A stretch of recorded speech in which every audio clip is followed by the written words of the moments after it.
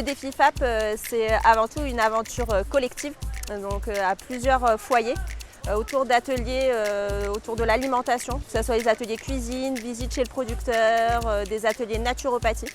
Et l'idée, c'est vraiment d'évoluer ensemble en fait, pour une alimentation plus bio et locale, sans impacter son budget. On a été 5 structures en fait, en région PACA à mener des défis foyer alimentation positive, ce qui représente 180 foyers. C'est en fait unique en France. Vraiment aujourd'hui, l'idée de cette journée de clôture de la coopération, c'est aussi de se revoir, de se rassembler et de continuer un petit peu cette émulsion. C'est un vrai accompagnement sur une année. On a eu des ateliers cuisine. Donc ça va être des ateliers autour de la lactofermentation, mais aussi autour des cuissons.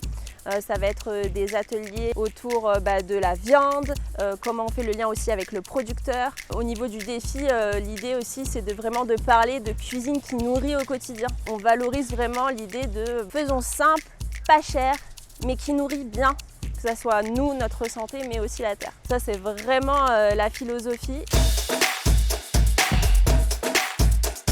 Le programme Leader a permis en fait, de concrétiser clairement les défis, que ce soit en termes de coordination à l'échelle locale, mais aussi à l'échelle de la région au niveau de la coopération. Ça a permis bien sûr de financer les ateliers où les intervenantes sont des intervenantes professionnelles et ça a permis également de financer la communication pour avoir aussi des foyers qui veulent participer à ce super défi.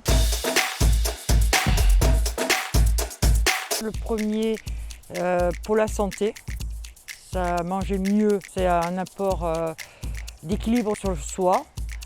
Le deuxième, c'est que je me suis aperçue qu'en mangeant bio et local, ça ne me revenait pas plus cher que les grands commerces. Et 3, je fais marcher les petits producteurs, j'évite les déchets, tout est plus simple et plus facile. Juste un petit peu d'organisation. Je voulais voir vraiment, est-ce que c'est possible de manger bio, local et arriver à acheter moins cher, arriver à faire avec un petit budget. Dans ce qu'on achète, on regarde beaucoup plus les étiquettes, la provenance. Avant on consommait toujours de saison, donc ça n'a pas changé, mais par contre effectivement on fait attention de l'origine, l'origine des produits, et puis on essaye de voir autour de nous plutôt que d'acheter dans les grandes surfaces.